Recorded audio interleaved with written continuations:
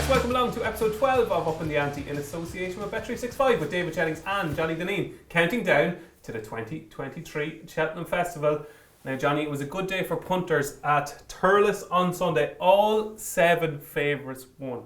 To be honest with you, I wasn't sure if you were going to come in today or not. I didn't know if you needed a few quid. I thought you might be retiring. No. How good was Sunday for Johnny Dineen? Now, everybody says you love a skinny one. Oh, what I do, I like skinny one, but I don't like 8-1 on skinny ones at the same time. You know, particularly. Too skinny. It's a bit short now. In the chair, I didn't back the first winner. I didn't back Belle de Lioness either. I didn't bother with it. I actually had 3 bets Sunday. I laid Chacun Poursoir for something, not a lot, and I backed Embassy Gardens.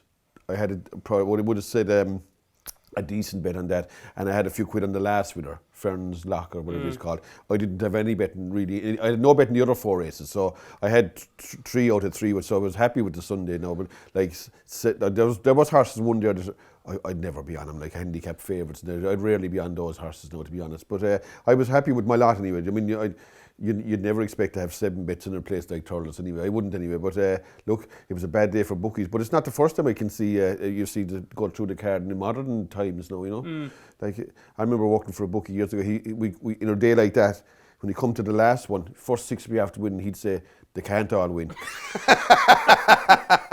And that was a Rocky who's perish on every now and then. And that theory is the most bonkers theory because the first 6 has no correlation to the last one whatsoever. Not really, no. And if your luck is out and you've laid the first 6 and the last one, will probably win too. And vice versa with the punting side of it. If you do have lucky enough to back the first 6, like you'll be there's a good chance you'll hit the last one as well. You know what I mean? That kind of way. And tell me this: if you were still a bookie in your former life, okay, if you were standing at Thurles, how bad of a day would you have had there on Sunday? Well, I wouldn't have lost any money in the first race. I would have won in the 3 races that I did win in. So in all likelihood, I wouldn't have lost any money there last thing. But look, it's all about luck plays a big role in gambling. Anyway, I know, like from my perspective anyway. Like you go, like if your luck is good, do you know what I mean? You're in form. You start hitting winners, but. And like, if your luck is out, you do everything wrong. You know, that kind of way. That's very important. Where's your luck at the minute, John? My luck is good. My luck is like since the start of January. Right. It's good. Like I'm not like, remember Muhammad Ali? I am the greatest. I'm not quite at that level now. You know what I mean? But like, it's a great leveler, this game, because you are this, like if you're on a good run, you're saying like, I am the greatest. Do you know what I mean? And then 2 days later, you're outside maybe a place like Naas. And you're saying to your one, the mind your 3 Toblerones for a 5. Do you fancy anything? Because you'll take good old hawkers. Yeah, you can't back a winner and you'll take a tip off anyone. You know what I mean? Because your confidence is shattered. And that can happen overnight. You know what I mean? Yeah. You can go from 0 to 0 almost overnight. So it's a great level of this game. Like you're in and out of trouble on a regular basis. But you're a hero at the moment. At the moment. But I lost yesterday, a dirty day yesterday. But it did, as I said, like the only certainty about this game is the uncertainty, isn't it? Like, you know what I mean? So I have to tell viewers, very funny. I was sent on the running order to Johnny, as I do in the Monday morning. I said, Johnny, text him. I sent on the running order. You must have had a great day yesterday. All 7 favourites won. Like, you must, like, are you going to retire? And he goes, if the next favourite of Foss Lass is beaten, I'll have given back everything I won on Sunday. And it was beaten. It was beat, yeah. Uncle Bert, got finished second. I backed the first 2 favourites yesterday, but decided to pull up then after that. So, look, Foss Lass is a place too. Like, it's like an awful place, isn't it? Like it's dark in the middle of the day. Remember 1 o'clock, like you want your horse to have headlights on him going around the place. But you get that feeling, that eerie feeling in Foss Lass that when you win the first 2 favourites again, you ain't going to win anyway. So no. I decided to pull up stumps. So probably the wise decision now, I'd say, the way the results were afterwards. Okay, there you go. Will we get on with the show? Absolutely, yeah. Let's get on with the show. So as ever here on Upping The Ante, we're going to kick off with our questions from the crowd. And before we do, and the first one is a belter. It's an absolute belter. Don't forget to like and subscribe to our YouTube channel and to share this programme and to comment on Johnny Dineen. Send in your questions. We'll try and answer them if we can. And the first one this week, it's from Steve Duggan. And it's probably the question of the series so far, Johnny Dineen. Because Steve wants to know, what is Paul Townend going to ride in the Supreme, the Ballymore, the Albert Bartlett, but he's not finished there, Johnny. Oh no. The Arkle, the Turners, and the Brown Advisory. Okay, so we'll kick off with the 3 hurdle races. What is Paul Townend? The easy one is first. What's he going to ride in the Supreme? Well, he's going to ride Facile Vega in the Supreme. I assume that once these horses, you're guaranteeing these horses get there. If Facile Vega gets there, it's not even up for argument. Agreed, okay. Yeah. Paul Townend will ride Facile Vega in the Supreme, and we both think he'll win. the Ballymore. What will Paul Townend ride in the Ballymore? Listening to what the vibes coming from him and his interviews, post-race interviews, you'd say he's going to ride Imperial Pass. Definitely. Yeah, looks that way anyway. Yeah. And he's not going to run between here and Cheltenham, so he's not going to blot his copybook. So unless something comes up with a kind of a super duper performance somewhere, he's going to ride Imperial Pass, I'd imagine. Yeah. And last week we spoke a little bit about Gaelic Warrior, who was running last week, jumped a bit to his right. Are you still of the opinion that Gaelic Warrior is a better animal than Imperial Pass? I'd find it very hard to know when you're not in the inner circle. But looking at it from the outside, I'd find you're it. Nearly in. You're in it far enough now. I'd find it hard to split them now. To be honest, Okay. I would. Imperial Pass has been impressive, winning two probably goats races. You could say Gaelic Warrior won goats races this year, at the same time. So Nice horses in those races. but they're in relation to Cheltenham, though. They're lower. They're very, very nice horses. And if you're an owner of one of those horses, we would love to own them as well. I know, yeah, but they're lower class races, say, and look, I still wouldn't underestimate Gaelic Warriors. Fellas talking about the handicaps and all this kind of stuff, and he has a mark. I don't know. He could run in a handicap before Cheltenham, couldn't he, Gaelic Warrior? He can run the Betfair Hurdle, yeah. Yeah, exactly. So, look, it looks like he's going to ride Imperial Pass. The other alternative is Cham Kiley. I don't see him being a ride for Paul Townend anyway myself. No, I'd say Daniel right. Cham Kiley. Okay, the Albert Bartlett, or I think he'll probably still ride Grange Clare West. I wouldn't have Grange Clare West in my mind the way he ran in Naas anyway. I'd say he won't be even in Cheltenham. That'll be my reading of it anyway. Okay, so what's he going to ride in the Albert Bartlett? He'll ride Embassy Gardens after Thurles, I'd say. Okay. They haven't got a real stick-out selection, but I suppose you'd have to say Embassy I Gardens. actually forgot about Embassy Gardens there. Right. Just as I was saying, I was like, he'd probably ride Grange Clare West. No, But Embassy Gardens, you wouldn't have said he's a certainty or anything like that. You know what I mean? He only has a chance, but he probably has a better chance than the winner had last year going into the race at the same time. Yeah, the nice guy. Look, he won with a swagger in Thurles. He didn't jump particularly well. No, he knocked down one or two hurdles. Yeah, and he did the same in Leopardstown. He made a couple of bad errors, but he's fine big horse at the same time. He should be able to jump, no problem. Look, Embassy Gardens, the only other horse they have for that race, I'm trying to think off the top of my head now. Potentially Indiana Dream, who's owned by JP. Yeah, exactly. So he's not going to be on that anyway. And Grange Clare West, if he does turn up, I couldn't have Grange Clare West again anyway after Naas. Okay, even though he was found to be coughing. I don't care what he was doing. Yeah, I don't care what he was doing. You don't subscribe to these post-race theories, do you? Well, every trainer will have an excuse of some description. You know what I mean? But the vet checked him and he was coughing. Yeah, well, I was speaking to a good trainer one day, and he told me that horses will scope wrong. Winners will scope wrong after the race. You know what I mean? Yeah. So you can literally come up with any kind of an excuse. You know what I mean? Like you come in here today, right? And if you've got the flu, right? Yeah. And you're coughing and you're spluttering, you're not going to perform as well as you would if you were in the full of your health like you are today. Right. Should we not give him the benefit of the doubt? No, I wouldn't give him the benefit of the doubt. No, I wouldn't. I'll tell you why I don't. I was even You'd thinking. make some doctor, you would. You're grand. Nothing wrong with you. Go on, you're grand. Give me the 60 The one quid. thing I don't like about Grange Clare West, do you know when horses drift and they win? He went from 5 to 4 to 5 to 2 the day he won a maiden hurdle in Navan. Yeah. Very often you don't see why they drift until the next day.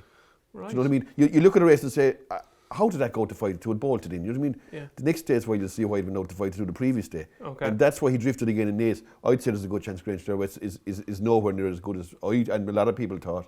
Okay, interesting. And he is one of your tips for the Cheltenham Yeah, Festival. well, he's in the bin and he ain't coming out under any circumstances. So there you go. That's the hurdle races. Johnny Dineen thinks Paul Townend is going to ride Facile Vega in the Supreme, Imperial Pass in the Ballymore, and Embassy Gardens in the Albert Bartlett. Now, this is where it gets very interesting, Johnny. Right. Because the next part of the question is, what is Paul Townend going to ride in the Arkle, the Turners, and the Brennan Advisory? So the Arkle, it's not looking good for my appreciated Arkle tip. Appreciated is being hammered in the market for the Turners at the moment. Okay, so what's he going to ride in the Arkle? Dysart Dynamo? Well, it'll all depend on what happens in the Dublin Race Festival between Dysart Dynamo and El Fabiola. I presume he'll ride Dysart Dynamo in the Dublin Racing Festival, and if he's right, he'll ride him again in the Arkle.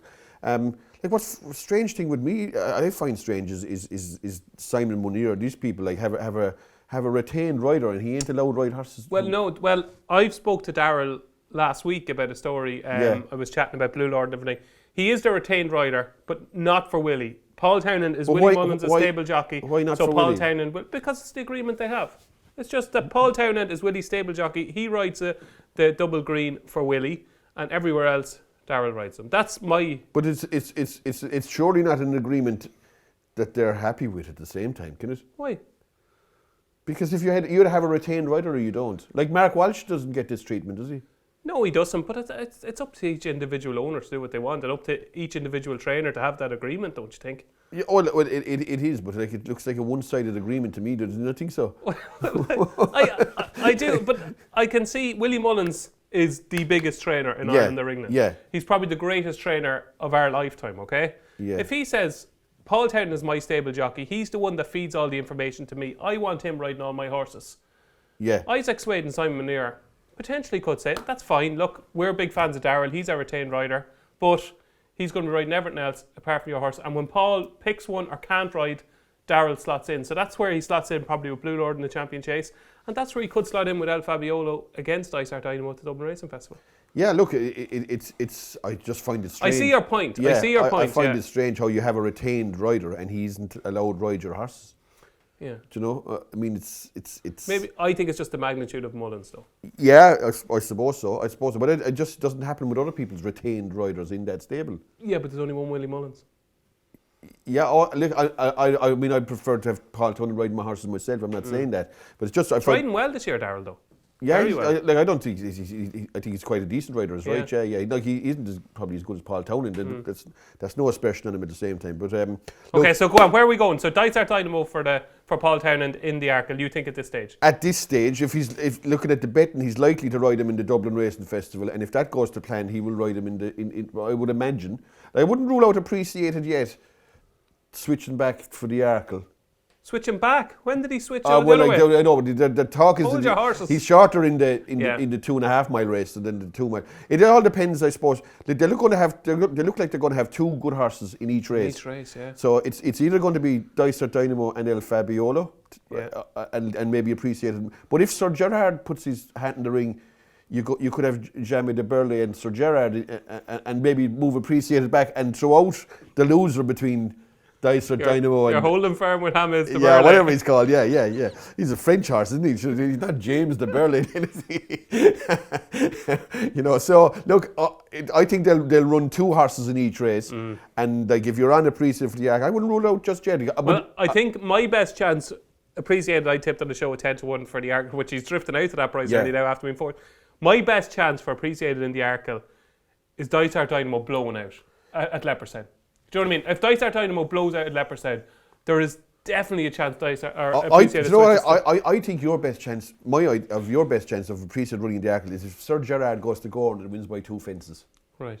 And then they have a real solid horse for the Turners. Because I don't think they're going to rely on Jaime de Burley or whatever you call him anyway, you know? Okay. Do you know what I'm saying? Okay, so at this stage, right, I'm going to stick to my guns. I'm going to say Paul Townend is going to ride Appreciated in the Arkle. You're saying I'm going to go with. I think Dysart Dynamo no chance in the Arkle myself. At the moment, he'll probably ride it. Yeah. Okay. At the moment, Turners then. I'll go with Appreciated in just maybe that your man Sir Gerard won't put in a top performance in Gowran, like, you know what I mean. But I think if Sir Gerard runs well, like. That horse won Duke de Genève won that race and went on to win the Arkle. So it is possible to win a race in Cheltenham, making your debut there, isn't it? Like? Yeah, absolutely. So it's plenty time. So and go there after one run.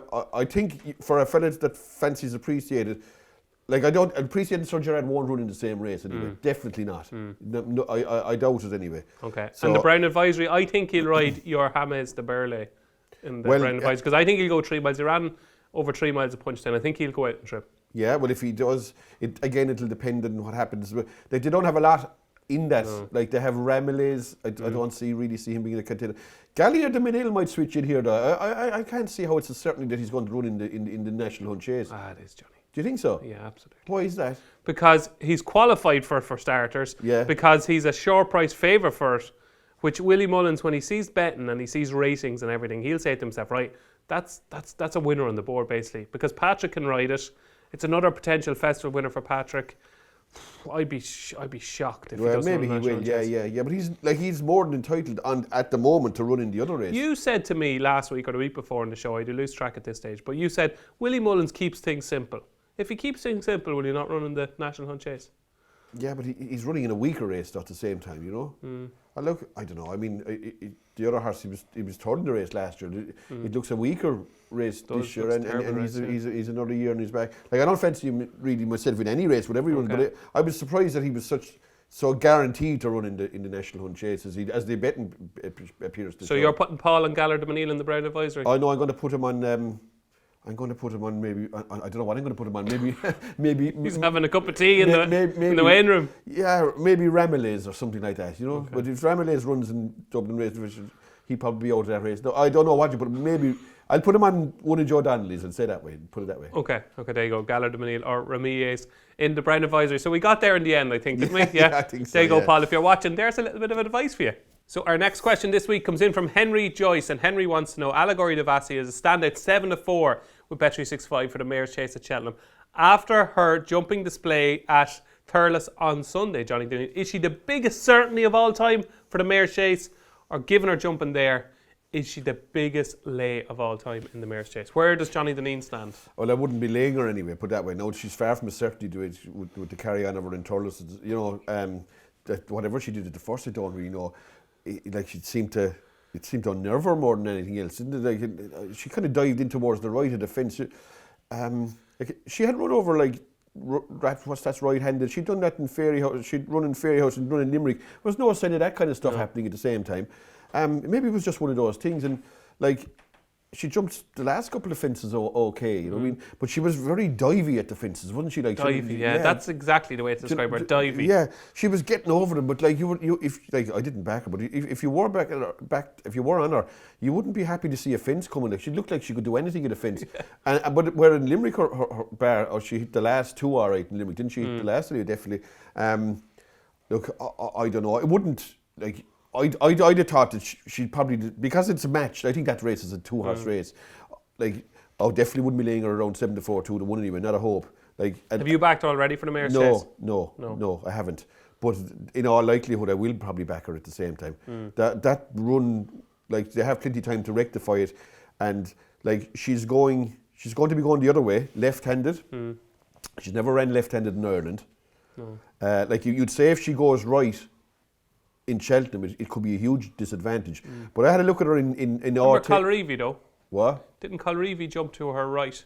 He did, yeah, but he was kept in by like. Yeah, had a horse on her right side, keeping her in. Yeah. That could happen again. Well, I'd imagine it, but I looked at her in that place in Ante-Post, right? That's Cheltenham is left-handed. Yeah, and.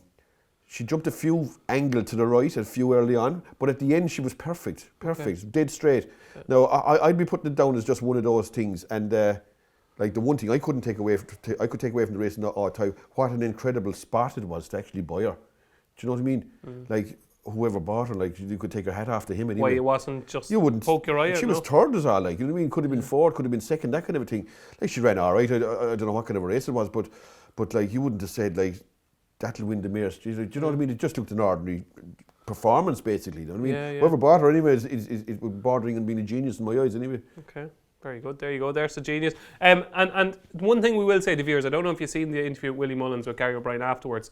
The two things he said. One was they couldn't school her on the gallop, I think, because it was frozen with the cold weather. Right. And second of all, he said when she runs in the Mayor's Chase, he'll tell Paul Townend to have a good hold of her head down to the first, because he was obviously a little bit looser maybe because she was so good at Limerick. So I just thought that was interesting. There are a few tweaks that can be done to improve her jumping maybe. Yeah. Look, I still think she's the horse to beat, and if she puts in a Limerick style round of jumping in Cheltenham, I think she'll still win. Okay, so that answers my final question for you.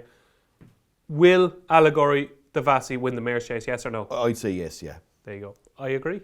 So our next question this week comes in from Carol Duffy, and Carol wants Johnny to pick out a horse 10-1 or shorter for the Cheltenham Festival that he believes has no chance whatsoever. The horse, if he or she won, that you would fall down on the ground in shock. A famous saying of yours, that you would fall down on the ground in shock if this horse won at the Cheltenham Festival. So Johnny Dineen, I'm looking forward to this. Give us the name of one horse. I'm I'm already imagining this clip being played in the show after Cheltenham, Yeah, after it bolts up, okay? This I have no idea what horse you're going to say, okay? This won't be played, this won't be Okay, played. tell us what price is the horse roughly at the moment? I don't know, like you said under 10 to 1. Yeah. I could give, I'll just on the safe side, I'll give you 2 of them because I'm not sure it's one of them 10 to 1 or not. Okay. I'll go with one of them, is in around 10 to 1. Okay, give us the name of that horse first. Vauban. Vauban for the champion hurdle. I think that is an absolute gazillion trillion anyway. I couldn't... Gazillion trillion. I couldn't fancy that. I mean, how is it going to turn around form with Stateman for starters? Yeah. It's a 4-year-old, even its 4-year-old form now with Pied Piper and Phil Doran starting to look that clever, is it really now? You know what I mean? Jesus, Pied Piper put some show in Leopardstown. Yeah, but that wasn't him, like, you know what I mean? Who knows whether it was him or Do you not? think that's the real Pied Piper? Probably not. Beaten after about 3 hurdles. But, like, in my eyes, Sharjah have the hurdle in Leopardstown, right? Right. And hung across the track, going on the run up to the line, and only for that would probably have even beaten. But ran in the Morgiana. Vauban was making his seasonal reappearance. I don't care what he was doing. There's brutal word of it anyway. And like I would say, there isn't an earthly he'll beat Stateman. Not in mine constitution, he let him out of the race even. Right. Like there isn't an earthly he'll ever beat Stateman. Not in mine constitution. There are a lot of shrewdies who think that Vauban has a massive chance in the Irish champion hurdle. Right, let me finish. Yeah, okay. In the Irish champion, what chance does Vauban have in the Irish champion hurdle? None whatsoever. None whatsoever. I don't care what he has. If Honeysuckle is back to a bet, he won't even be second. He won't beat Stateman anyway. He won't beat Stateman. Right. I won't beat Stateman. In my eyes, he'll never beat Stateman. Why are you so against it? I just don't think he has the ability to beat Stateman, that's all. I would say he was one of the best Triumph hurdle winners I've seen in the last 10 years. But the Triumph hurdle can be a funny race at times. Sometimes it's not that good, the Triumph hurdle. I thought last year was good. You think it? Yeah. Well, you're talking about, hold on a second here, right? You're talking about Phil Dore has come out, obviously, and then was poor against Brazil, right? Yeah. Then he beat Saint-Roi in a beginner's chase at Navan. And then who knows what would have happened if he didn't make an absolute Horlicks of the second last at Leopardstown in the Grade 1, which he was a short price favourite for, okay? Pied Piper won his first 2 starts of this season. Yeah, but what did they're he do? decent enough horses, Johnny. Of course they're decent horses, but they're not like champion hurdle horses at the same time, or anything near it. Like Phil Dore, in my eyes, is a good solid horse. Yeah. He's a good solid horse, that's what he is. He's a good solid horse. And like, I don't know, Pied Piper was running against, like, above, where was he running? Down Royal in them places. There was nothing in them races. He was 10 to 1 and one of them races at the same time.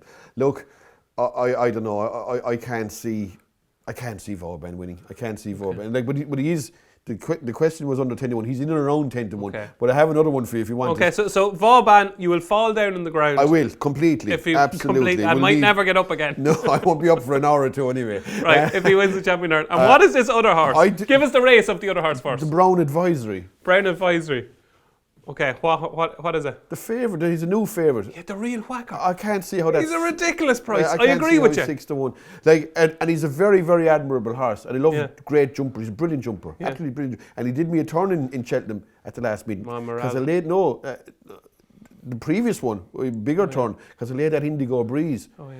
And like Indigo Breeze run all over it and wouldn't go by it. Anyway, thanks be to God. Your man fought him off anyway. But look, he's a good, solid horse, great jumper. But great jumping ain't going to be enough in a race like that. Do you know what I mean? There will be like if Indigo Breeze can lie into you and pull in the train alongside you in a race in Cheltenham, there are a lot better horses than Indigo Breeze in this. And like he'll need to jump him into the ground. He's not going to jump every horse into the ground. I can't. How on earth, right? How on earth is he a shorter price than Time Hill?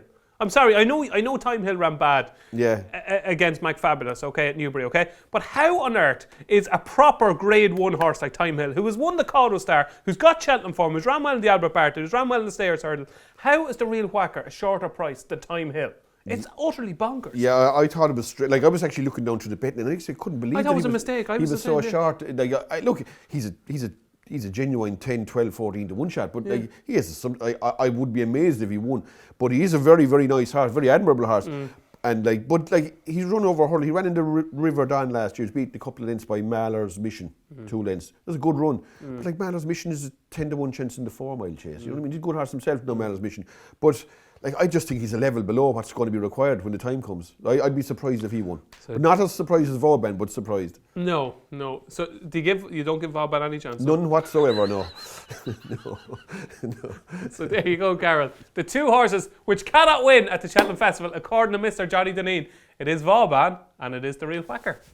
And the final question this week comes in from Richard Francis, and this is always a popular question on the show leading up to the festival.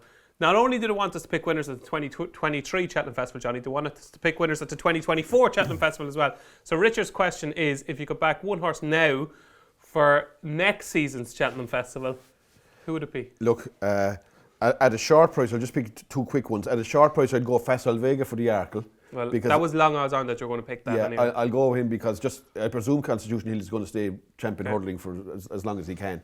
And at a big price, I'd go It's For Me for the Supreme Novices for next season. Okay, Not right now. That'd be surely like 25 or 33 to 1. Wouldn't it like? It's Ante-Post betting at the moment, Johnny. Probably not. Probably not. But he'd have to be winning the bumper in Cheltenham to have any chance. That's 4 to 1 as it is anyway.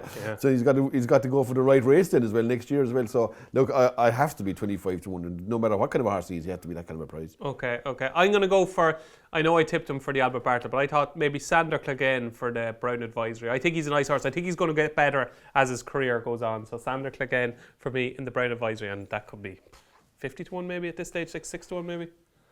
You'd want to be getting at least that, wouldn't you? Well, you would, I suppose. Really. You want to be getting 40 to 1 anyway, at minimum. 40, yeah. I'd say you'll happily lay it too, wouldn't you? I would not, no. I would not. No, it's not the worst pick. No, it's far from it, in fact, actually. There you go. That was this week's Questions from the Crowd. So it's Performance of the Week time here on Upping The Ante, where Johnny Dineen counts down his top 3 performances of the last 7 days. And there probably won't be an English horse, Johnny, because there's been no racing in England. Well, apart from Foss last on Monday. But your top 3, I'd imagine, it's Navan and Thurles. Yeah, they're the only 2 meetings I was left with. So number 3, I went for Embassy Gardens. I know he won with Johnny Dineen's wager of the weekend in the Racing Post. Johnny writes every Saturday in the Racing Post, and that was your banker. You're going all right in the bankers at the moment. Yeah, kind of. Yeah. But I had to. I missed the good prices about it now. But I had to take. What price did you back him at? 11 to 10 on. And what price was he? I was 6 to 4 the night before. I mean, if you can get at them prices, but I couldn't get at them. But anyway, look, he won anyway, is the main thing. So I look, he won with a swagger. There was nothing in the race because the race completely fell asunder. But he did seem to win like a goodish horse. I don't know. Look, he won 35 lengths against Kilbree Warrior. There'll be a lot of horses beat Kilbree Warrior by 35 lengths. Like he's a rating of over 109 or whatever. But he did look like a fair tool now. Like you wouldn't back a winner to win as easy as that in a long time, would you? Like Jesus won half the. I mean, up the hill, the far side it was 10 to 1 on and running. You know, look, I could see him. He's getting better, that horse. I think I could see him doing good stuff later on in his career. Anyway. There you go. Number 3, Embassy Gardens. Number 2. Number 2 was Malheur Mission in Navan and won the 3 mile. Another one of your fancies from the weekend. Yeah. Did you back him? I didn't. What? I didn't back him. And you know what? I met John McConnell before the race, and I said to John, Jesus, Johnny Dineen really fancies one of yours. Malheur Mission. I said, he's going on about it for the last week. And he said, yeah, I think he's a great chance. I hope he's right. You didn't even back it. No, why? I didn't. I changed my mind. I stayed out of it in the finish. I don't know why. I didn't play great on Saturday now, but I left him alone. But and I didn't back another horse as well. I have to put a Shanbally thing. I didn't back that either. So did you not? No. Johnny, but you look, that's Johnny. The gambling goes. You can change your mind. But anyway. Look, he won well. It was, like he put away Chantruse fairly easily up the straight, and then the other ones were never really in. Like Tenzing was a bit slow at the jumps, but he's a contender for the 4 mile chase. Absolutely, in my eyes, or the 3 mile 6 chase. I think he is anyway. He's improving, and like I put it this way, like he's 61 lengths to find with Chemical Energy from his last run when they met. I fancy him to turn that around. Oh, not just to get closer, to finish in front of him? I fancy him to beat Chemical Energy. Oh, wow. In that's the 3 mile 6. That's a big turnaround. 61 lengths is a lot, but I still think he'll do it. Wow. I do, yeah. Big shout. And the number 1 this week was an easy... I have to build up, right? Oh, sorry, okay. Do you want to do my job as well? All right, sorry, I thought you had... Okay. And number 1, Johnny Dineen's performance of the week is... It's for me, without a doubt, yeah. Number 1, like if there was a need, we needed a kind of a bumper horse to take the Cheltenham bumper by the scruff of the neck, and I thought that was it.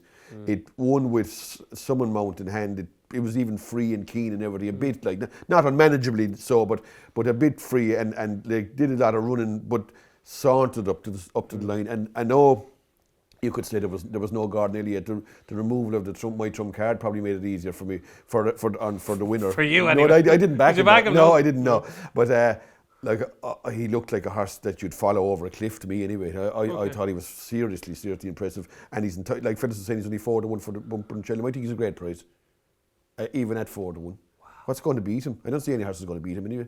Yeah. Like, you'd have your house on him to beat whatever comes out of the Dublin Racing Festival bumper. Wow. I would anyway.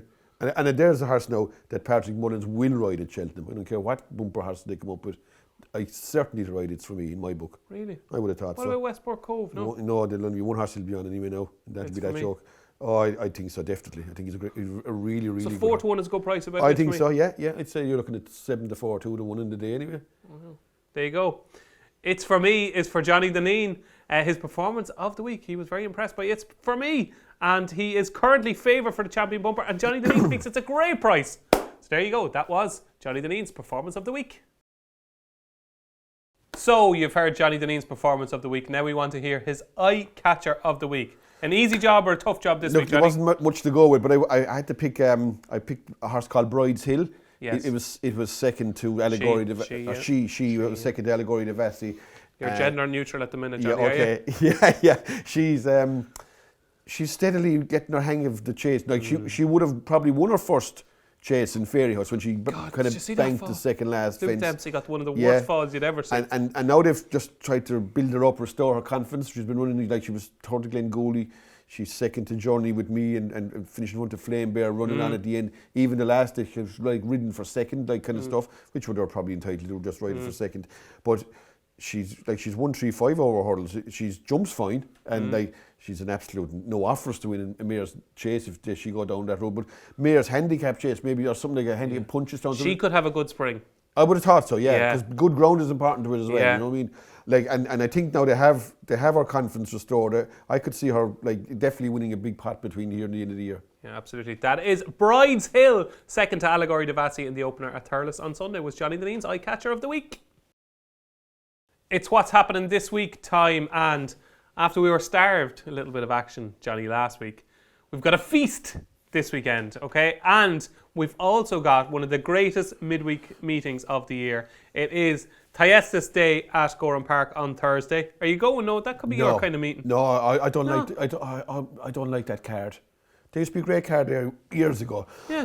In Thyestes Chase. Now it's all old handicaps and things like that. You could hardly pick a bet off it. Getting grumpy in your old age. No, if you go back 25 years, there was a great card in Gowran Thyestes Chase. But they've changed all the races. They've novices handicap hurdles and big field handicaps, and like the Thyestes was always a hard race. But the Galmoy in recent years has been a corker. Do you remember presenting Percy? Yeah, but there was always a winner's bumper here. Now it's a 4-year-old bumper. Like when you're betting into the unknown there as well, you know. Like the only race that will interest me is the novice chase and maybe the Galmoy hurdle. The rest of it they can have it. Okay, well we're going to preview 2 races. Johnny is not happy about the card at Thurles. I think it's quite good. Okay, so the Galmoy is obviously a little bit disappointing this year, but we could have a genuine Stayers hurdle contender in the shape of Tihupu, who will have his ground. Yeah. Would you fall over on the ground and lie down if Tihupu was beaten in the Galmoy? Well, I wouldn't, because he has to prove he stays 3 miles. That's the only negative for him, really. Apart from that, there's no betting. If it was 2.5 mile race, you'd have your house in him, to be honest. But it's just your house is getting awful doing this week, Johnny. It's gone 3 times already. Battering, yeah. Look, he should win. Like, would he get 3 miles in a slog and a bog? You know what I mean? Like, you just don't know. He's like, it's funny that the horse that won the Thyestes chases in the race from last year. He won the Red Mills over 2 miles here last year, beating the Raza. They're all in it. Like, will he stay 3 miles in a quagmire, which usually is the Thyestes chase days, usually heavy going. Longhouse Poet is a danger, I'd say. Look, T-Hope was a certainty if he gets the distance properly, if he stays the distance. I couldn't oppose him. And like I don't know what's going to happen in Down Royal in Fairy House, but like Gordon Elliott's horse isn't exactly on fire either, are they? Like, you know? So, look, I think he'll win, but would I be backing him at the probably likely odds? It's unlikely, to be honest. Okay, so that's the Galmoy. Now the Thyestes, Johnny. It's a great race. Yeah. It's great tradition. Have you found the winner of it? I haven't, and I won't be having a bet in it either. But I look, if I had to pick one, I'll go with Frontal Assault. I actually thought your old buddy. Yeah, 16 to 1. Look, he's a chance. That's all. You know what I mean? Yeah. I think he's a better chance than a lot of horses inside him in the betting. Like, he was second in the Irish National, but 5th in the Tri-Town. Like, he ran there behind Galliard and Manil at Christmas. Like, he's definitely a runner. Anyway, I thought he was a runner. Like, I won't be backing him, but I think he has a chance. What about my Gabby's Cross? Ran a remarkable race in the Paddy Power Chase. Did he? An unbelievable race. If you get a chance, just watch Gabby's Cross. Okay, Peter Carberry rode him, right? And he went from about second last to almost leading between the third last and last. He's made a sweeping move around the whole field.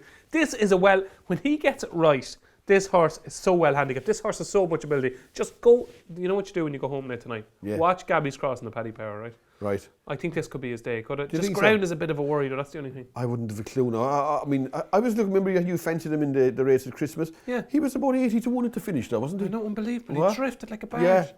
I just happened to be looking down. And He wasn't, I tell you, he traded very short and running. Did he? Yeah. Yeah. Like, no, look, I put it this way, David. Gabby's Cross, like, isn't going to be affecting me anyway in any shape or form on Thursday. But it would put me in good form if he won. Oh, yeah, I know. So it yeah, might yeah, affect yeah. you for next week's It show. will never, like, Gabby's Cross will never affect me, to be honest. He can be running away all he likes as far as I'm concerned. Well, I think Gabby's Cross has a big handicap in him, and hopefully I think it might be at Gowran Park on Thursday. And is frontal assault for you? It is for a very token wager now at the same time. Okay. A very small bet.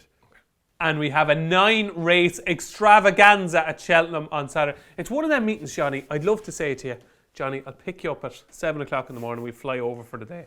It'd be a great day in Cheltenham on Saturday, wouldn't it? Well, I'd look, 9 races, you get value for money anyway. It'd be a great, and it'd be a big crowd. I'd imagine so, yeah. It's a good card, actually. Yeah, okay, so we're going to preview 4 of the races on the card. The rescheduled Clarence House Chase, Johnny Dineen. You laid your chips on the table last week with this. Editor de Geet has been supplemented. Yeah. Has that changed your opinion? Look, it'd definitely you'd have a little less on your man at the same time. Because your man is in the race? Just look, David, if they're not running, they can't beat you. They couldn't beat you last week. Like, imagine if he did beat you this week and you were on Innergameen, you'd finish up in the mental home, wouldn't you? I would anyway. Oh, stop. Like there was 3 runners last week, there's about 5 or 6. Even if he brought you down even, or did something funny, like, you know what I mean? Mm. Look, I do fancy the favourite, and I don't think the track or the trip or would make absolutely no difference. But I'm a firm believer, if they're not running, they can't either beat you or interfere with you. Mm. So I would have rather him to be backing him. And he's the same price, even worse than he was last week. I still do think he'll win, and I probably will back him, but I'll have a little less on him, though. Okay. Interesting. He should win, shouldn't he? I think so. Oh, I do fancy him. But I'm just saying that it just opens up that little tin of worms that you could do without him. You know what I mean? You could do without sizing Patsy and them horses in them races. Okay. Like you know exactly what way the race is going to be run last week. Yeah. This week you're not so sure. Okay. And he is obviously a front runner, editor. Yeah, exactly. Well, yeah. Okay. And even that horse that Venetia Williams is a fun in bell, just fun in bullet. So all that. Look, them horses they couldn't have beat you in Ascot. Like, that's my reading of the race anyway. So a little less Johnny Dineen is going to have on Innergameen. Moving on to the Cotswold Chase, Johnny. This is interesting here, obviously, because we've got Noble Yates, the Grand National winner. We've got Protector at the Betfair Chase winner. You've got a High Senor. Yeah. It's an interesting race, and we learn plenty, I'd imagine. And you've got even a yoke called Sounds Russian. It's not a bad horse, actually. It's improving. Look, I looked at this race. They're fairly closely matched ratings-wise. I think the highest rated horse is Protector at. Have you a strong opinion? I haven't. No, I haven't. Like, a High Senor is just a dangerous horse in a race. He is, and do you know what? He's one of these. You see him there at 8 to 1 or 10 to 1, and you're kind of saying to yourself, ability-wise, the ability is there. Yeah. One of these days he's going to pop up. Like this time last year, he was about even money favourite to beat Noble Yates and Weatherby, and he did beat him. Like, you know what I mean? Noble Yates is about 20 to 1 in that race. So, look, a lot has changed since then, I suppose. At the same time, look, I wouldn't bet that this race. Like Noble Yates, you'd have said, before that spurt that he put on in Aintree, you'd have said he wouldn't be doing much, but he did put on. He was able to come away with win that race. I thought it was a tricky race. I wouldn't be surprised if he won that. Are you any more a fan of Protectorat than you were going into the Betfair Chase? As a Gold Cup winner, no, but as a winner of this race, a very likely winner, yeah. If you actually force me, that's the one I'd nearly pick. Okay. Protectorat, yeah. If I had to have a bet in this, but I'm not having a bet in this. Oh, I'd probably let me heart rule me head and go with High Senor, because I think he's going to get better as the season goes on. I think from now to the end of the season, he's going to run here. If he goes well here, he's going to run the Gold Cup. If he goes well in the Gold Cup, he's going to go to Aintree, and he'd have a big chance in the 3-miler at Aintree. So I think High Senor is going to get better as the season goes on. I'm with Lydia Hislop on this one. I think he's a good horse. I just don't think we've seen the best of him yet. The Cleve Hurdle. Now, I have a strong enough opinion on the Cleve Hurdle. Right. I fancy Drashel Dasher. I think you cannot rely on Paisley Park at odds on. I think his running style, I think the race fell apart at Kempton. I really do think it fell apart. I thought Champ absolutely capitulated. Hasn't even been entered for the Sayers Hurdle after capitulating. Goshen was second, or Goshen as you like to call him. He was second. I'm not sure. He's a horse, obviously, right? We all love Paisley Park, right? He's a fabulous racehorse. But when Paisley Park is odds on in the race, I think you have to delve a little deeper. And I think Drashel Dasher, I thought that was a cracking run last time. I think he's a solid performer who could improve for the step up to 3 miles. He could get away on them here. He could get away. And I think he is value, Drashel Dasher. I think he's a good horse. I think that second to Marie's Rock, I think that's really good form. I'm going to be taking on Paisley Park with Drashel Dasher. Right. Go on, you're making faces there. No, but I know what the faces mean. Look, at Paisley Park, he's evens. Like, there are horses or races that come along and they're not a back or a lay. Do you know what I mean? And this is one of those races. I couldn't really want to back Paisley Park. He's 11 years of age and he does run in snatches and all that kind of stuff. Saying that, this track always suits him best. This is the one with the stair turtle track, isn't it? This for this meeting. New track. Yeah, whatever you call it. Yeah, the new course. It's either new or old. Yeah, it's the new. Yeah, it's not too much to choose from, Johnny. Yeah. Whatever you call it yourself. It's the new one, and look, I think he'll probably win. Okay. But like, if I backed him and he was beat, I'd need to see a psychiatrist, I'd say. Do you know what I mean? You would be seriously unwell anyway. Psychiatrist doing good business this week, Johnny. I'd be busy. That's twice now you're after visiting him today. He'd be busy with me anyway. We nearly have a resident one going around the place. Trying to keep us right. So you're kind of neither with him or against him, but you think he'll probably win? If you force me, you have to back him or lame, I'd back him. Okay. But I'm not going to do that. I'm a Drashel Dasher fan. I think he could be the lurker in the race. I know Gelino Bello's in there as well, but I think Drashel Dasher could be the lurker in the race. And the Ballymore Trial, Johnny, is the other race we're going to look at Cheltenham. There's a few nice horses in here now. Yeah. What do you like? The horse I was going to go with, if it runs, is We've All Been Caught. Yeah, you like him. Yeah, I just think the trip is a slight worry for it. But he's a good horse, I think, We've All Been Caught. And now they have another horse called Idalco Behui in the race. They surely won't run the two of them. I think that goes to Doncaster, I think. Oh, is it? Right. So, well, then your man has a great chance then. So like, Pembroke has won in Wetherby and Ludlow. I think he's a nice horse. I do too. Yeah. I do too. I thought at Ludlow now, he beat a horse that's won since. Yeah.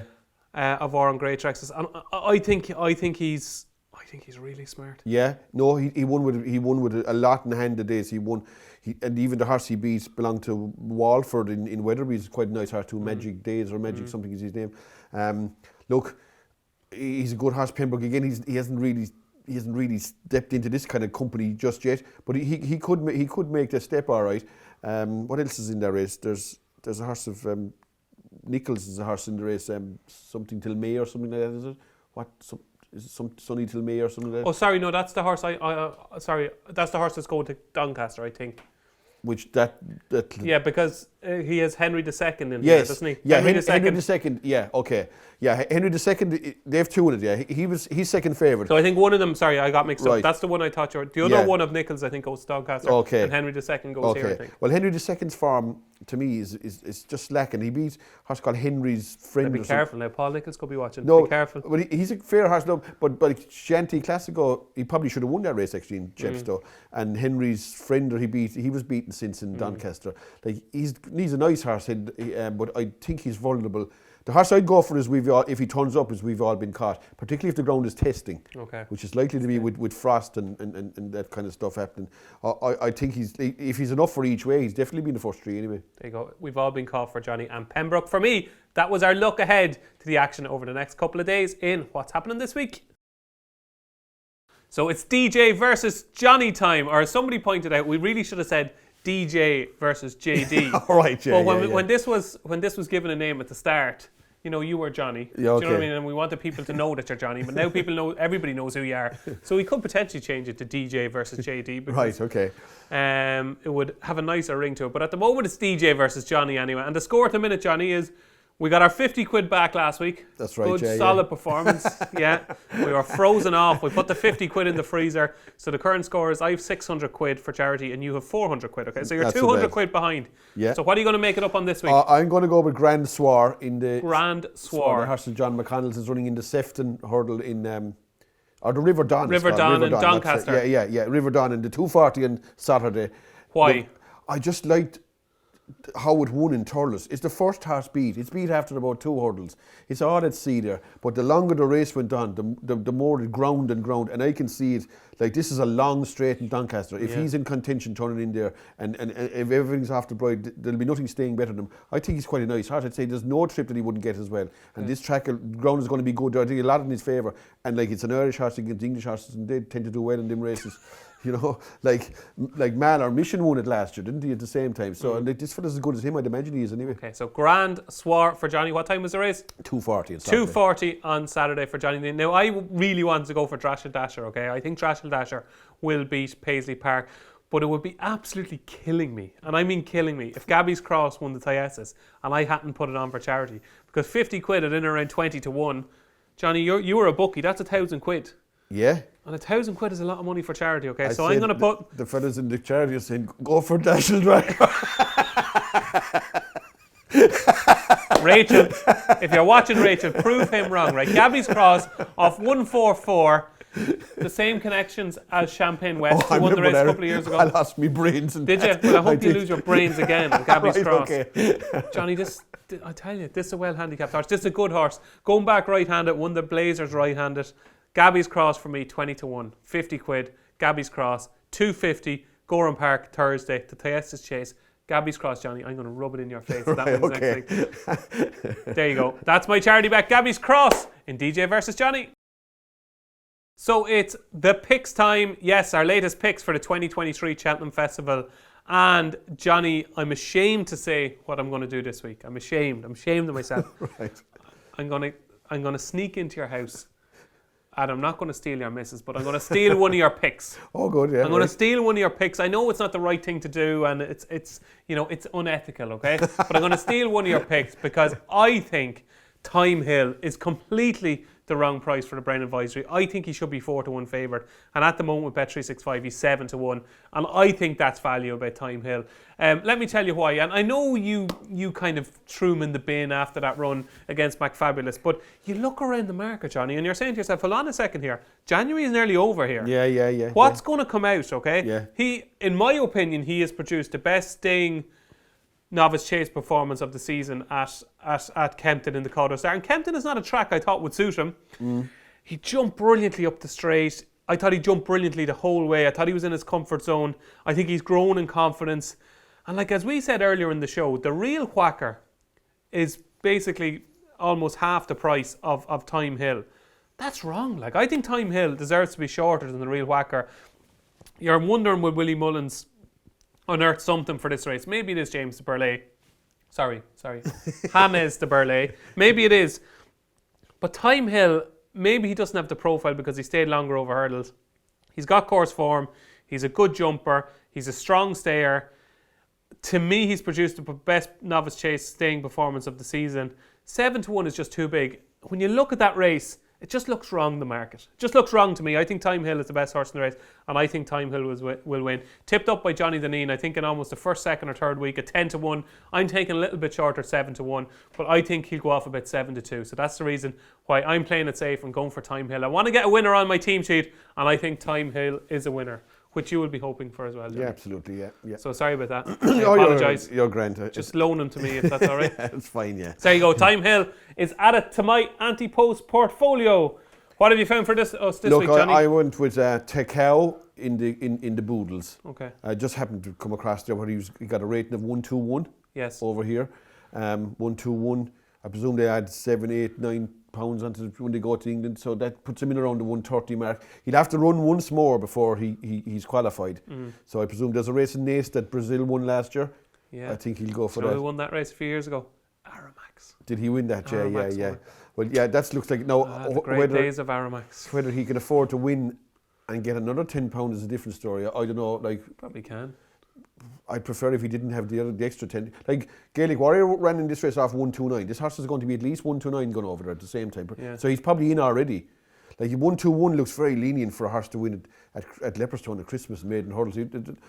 After being so keen. Yeah, well, like there were normally 130 horses plus that win them kind of races. Look, I think he's the horse. Now, JP, they have a few interesting horses in this race. They have Comfort Zone and they have that risk belly thing that's forming in the Grade 1 races. Risk belly? Belly or whatever it's called. Bell, I'd imagine. Yeah, it's 1, 2, 3. That looks fairly nicely weighted too. But I'll go with Tekeo. I think he's a good horse and he hasn't really shown how good he is just yet. Okay, there you go. Takao for Johnny Dineen in the Boodles is his latest pick for the 2023 Cheltenham Festival. So we'll have a quick look at our tips before we leave you, Johnny. The list now. Home by the Lee, you sneaked in last week, and a couple of days later, news emerged in the Racing Post by David Jennings that Flooring Porter is 50-50 for the festival. It seems all the shrewd judges, including yourself, Johnny, because I know for a fact you're a very shrewd judge, all the shrewd judges have come down on the same horse in this race, Home by the Lee.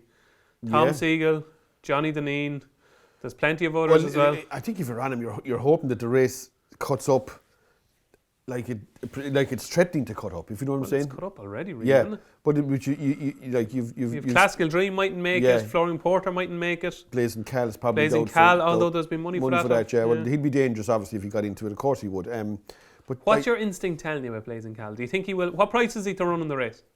I honestly don't know, but he's got to run soon to run in the race. Could he go straight there? I wouldn't have thought so. Okay. I think Charles actually said that in an interview that he wasn't going to go straight there. Okay.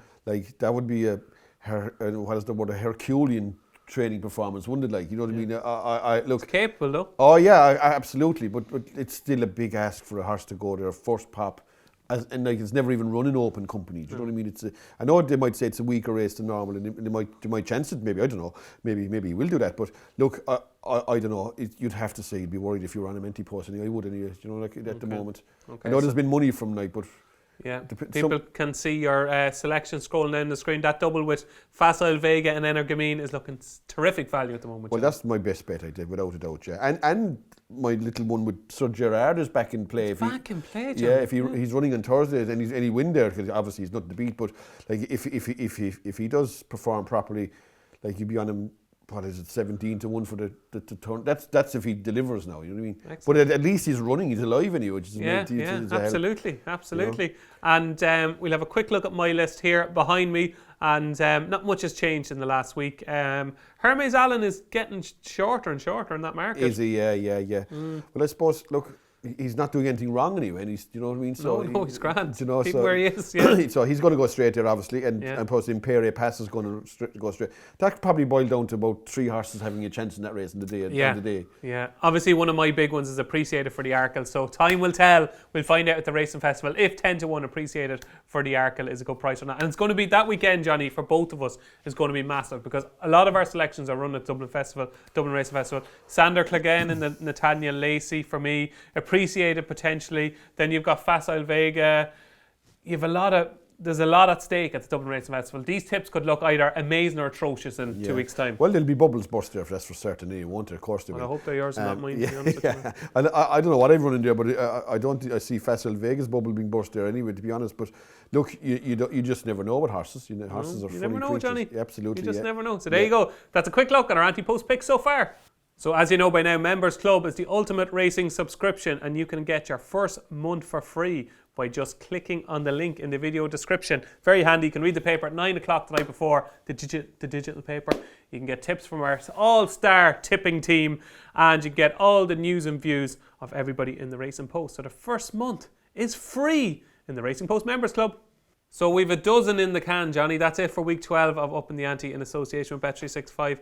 Now, Johnny, you were giving out about the Tyesis card at Gowran Park, and we've been talking behind the scenes since. And I've found out why, because tell viewers your story about your famous pitch at Gowran Park. When you were a bookie, what happened? When I was a bookie, it could be 25 years ago, I was looking to buy a pitch to get in there. Right. And the next thing was, there was nobody really wanted to sell, and I found a man that would sell, but he'd only sell after the Tyesis Chase day. Right. He wanted to work the day of the Tyesis Chase, but it was mine after that if I wanted it. He'd sell it then. So I had no choice but to agree, right?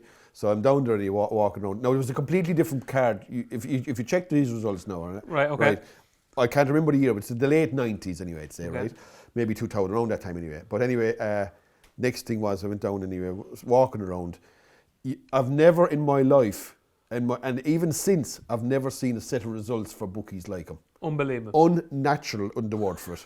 There was about 3 odds on shots beat, right? Do you know what price the favourite was in the Tyesis Chase that day? Have a guess. 8-1. 11-10. 11-10? 11-10. What was it? Oh, I can't remember. 11-10? 11-10 the favourite was. You're joking? Yeah. I tell you what his name was. No, what was he? No, we don't have much time now, Johnny. A horse of Hickey, I think they trained it. The little reds with the white spots, that crowd. Okay. The first favourite, there were result after result. Even the last race, they bet like 6-4 and 7-4. Yeah. Two of them ragged. Cotton Picker won it. Cotton Picker. Yeah, that won the last race. Right.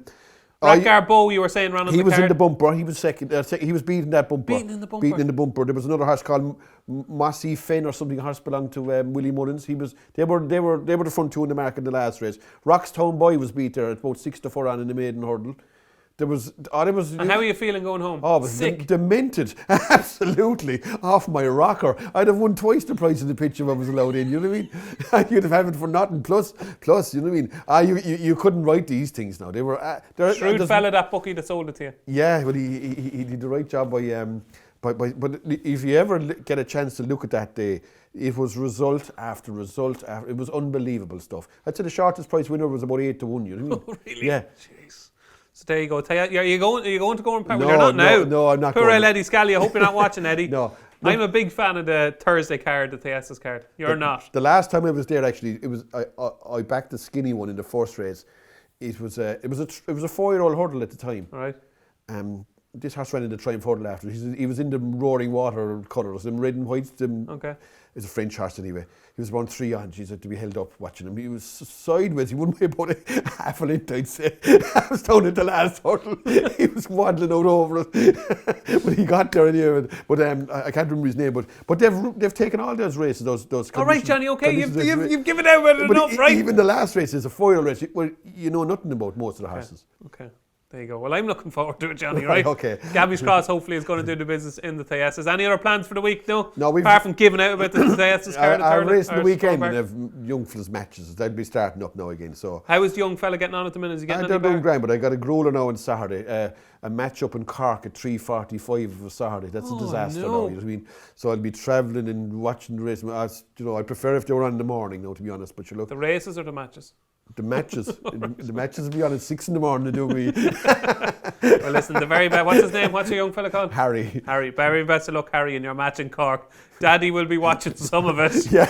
And he'll have one eye on the phone and one eye on the match. So hopefully you don't score a screamer and he misses That's it, yeah. There you go. So that is it, folks. That is it for week 12 of Upping The Ante in association with Bet365. We'll be back same time, same place next weekend for Unlucky or Maybe Lucky, episode number 13. Thanks for watching.